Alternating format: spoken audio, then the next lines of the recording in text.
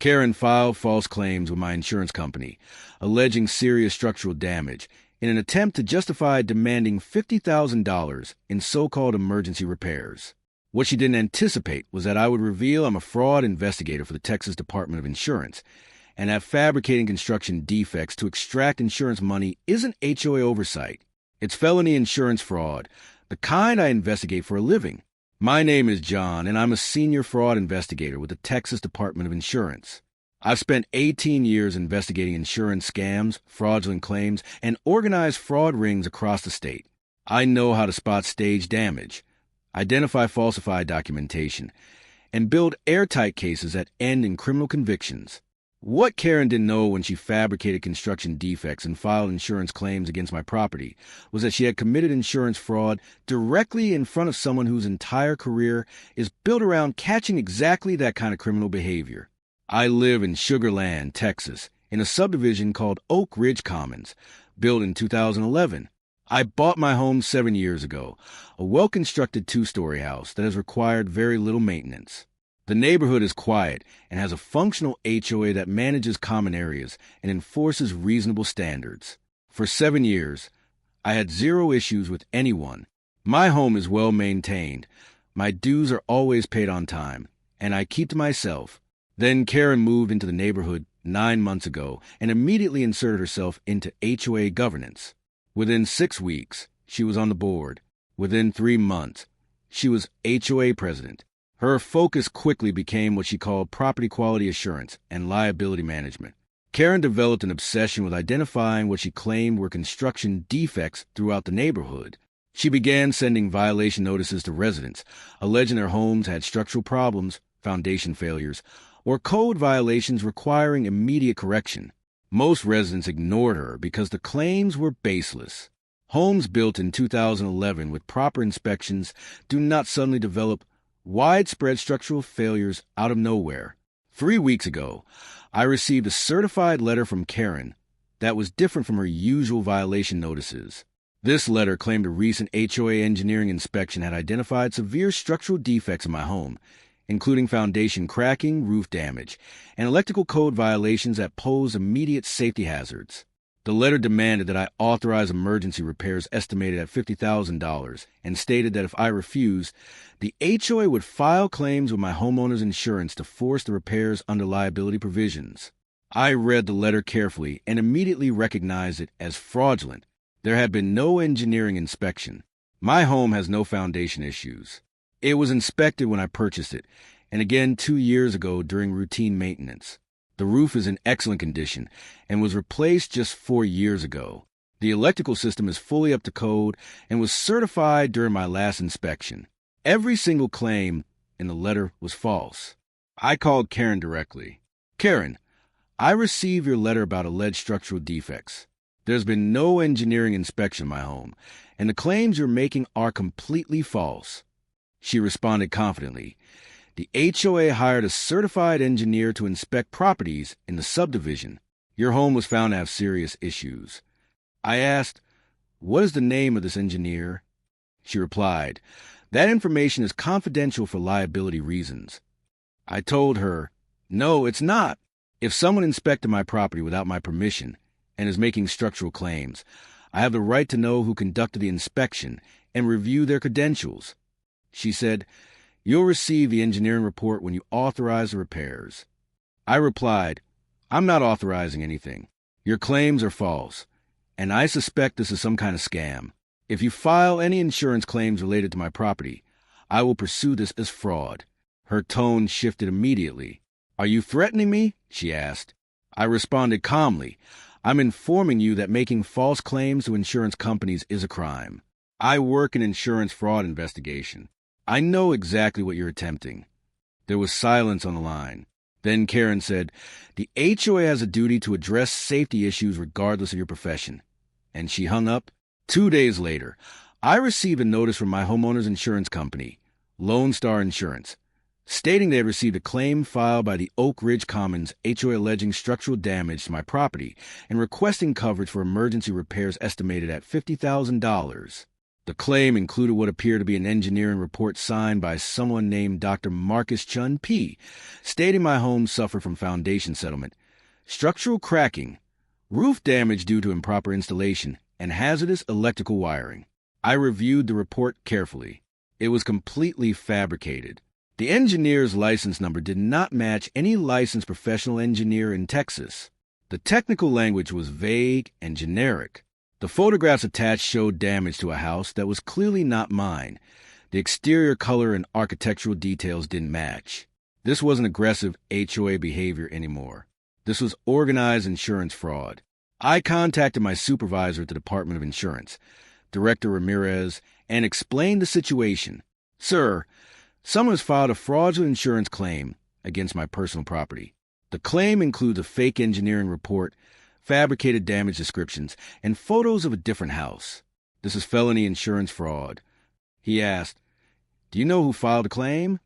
I answered, "My HOA president. She's been threatening to file insurance claims if I didn't authorize unnecessary repairs, and she followed through with a fraudulent filing." Ramirez replied, "That's a conflict of interest for you to investigate. I'll assign this to Senior Investigator Brooks. You provide documentation, but stay out of the active investigation." Senior Investigator Brooks had 25 years of experience. I provided everything. Karen's threatening letters, the fake engineering report, my legitimate inspection reports proving no defects, and communications from my insurance company. Brooks moved fast. He confirmed that Dr. Marcus Chun P. did not exist in the Texas Board of Professional Engineers database. He compared the report photos to my property and verified they were from a different home. He obtained statements from my insurance company detailing how the claim was submitted and by whom. Karen had filed the claim herself, identifying as HOA president with authority to submit claims for properties posing liability risks. But my property had no defects, impacted no common areas, and created no liability at all. The entire claim was fabricated. Brooks also discovered this wasn't the first time Karen had done this. Brooks uncovered 2 other nearly identical insurance claims filed against properties in Oak Ridge Commons over the previous 6 months. In both cases, homeowners have been pressured to authorize expensive repairs based on fabricated engineering reports. One homeowner had already paid $12,000 out of pocket before discovering the claims were fraudulent. This established a clear pattern. Karen wasn't acting impulsively.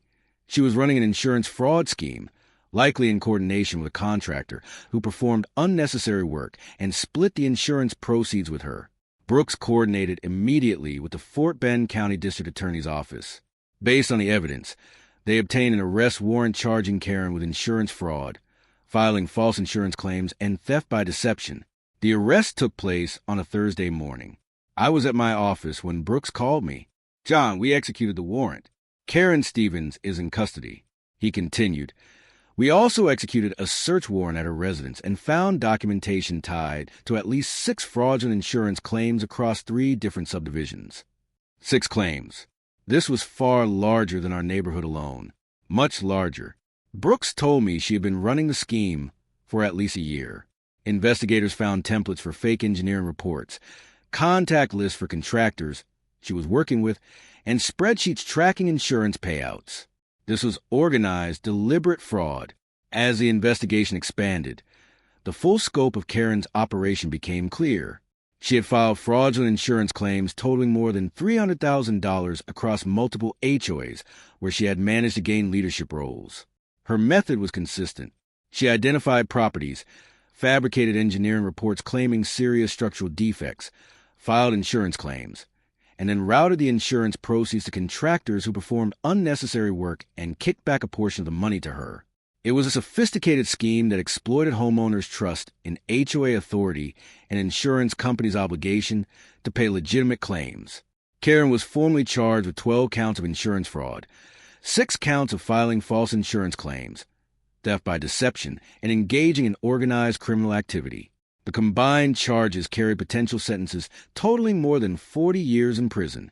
Her attorney attempted to negotiate a plea deal, but the district attorney refused due to the scale of the fraud and the number of victims involved.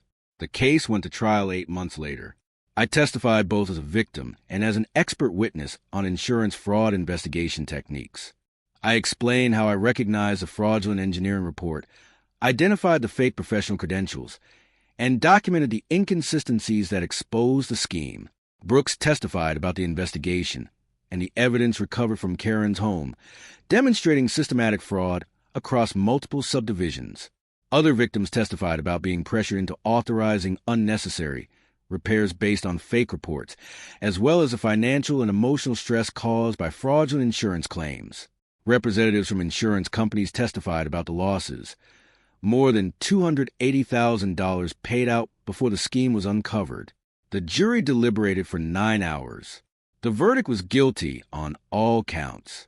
The judge sentenced Karen to 15 years in state prison, with no eligibility for parole until she served at least half of her sentence. She was also ordered to pay full restitution totaling $280,000 to the insurance companies and individual victims. The restitution order was secured against all of her assets. Her house was sold. Her retirement accounts were seized. Her vehicles were taken. Even after liquidating everything, she still owed more than $150,000, a debt that will follow her for life through wage garnishment. The contractors Karen worked with were charged as co-conspirators. 2 accepted plea deals and testified against her. A third chose to go to trial separately and was convicted of conspiracy to commit insurance fraud. HOA boards in all affected subdivisions were investigated. Most board members had no knowledge of Karen's actions. She had acted unilaterally, using her position as president to file claims without board approval. Oak Ridge Commons dissolved its board and reformed it with new oversight procedures requiring multiple board members to approve any insurance-related actions. My insurance company, Lone Star Insurance, sent me a formal letter thanking me for identifying and reporting the fraud. They noted that my quick recognition of the scheme and my professional expertise saved them from paying a $50,000 fraudulent claim. The case received significant media attention throughout the Houston area. Local news outlets covered the trial extensively, and insurance industry publications featured it as a clear example of HOA-related fraud schemes. The Texas Department of Insurance incorporated the case into training materials for fraud investigators. Director Ramirez told me it was one of the most clear-cut cases of organized insurance fraud he had seen in his career. What made it extraordinary was that Karen targeted someone who investigates this exact type of crime for a living. The odds of that happening were astronomical, and it guaranteed she would be caught. I still live in my home in Oak Ridge Commons. The structural defects Karen claimed existed have never appeared because they never existed in the first place. My home remains solid, well-maintained, and properly insured. The neighborhood is peaceful now, with competent and honest HOA leadership focused on legitimate community needs instead of insurance scams. Karen is currently serving her 15-year sentence at the Gatesville Women's Correctional Facility. She will remain incarcerated until at least 2032. When she is released, she will spend the rest of her life making restitution payments she will never fully satisfy.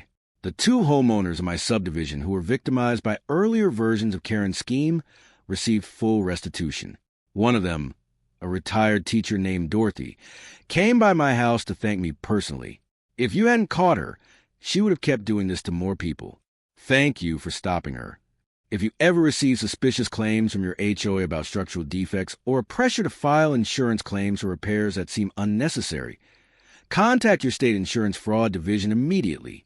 Share this story with anyone facing similar pressure from HOA leaders and subscribe for more stories about people who chose the absolute worst possible victim for their fraud scheme. Sometimes a homeowner you target with fake engineering reports turns out to investigate insurance fraud professionally, and that coincidence ends your criminal enterprise permanently.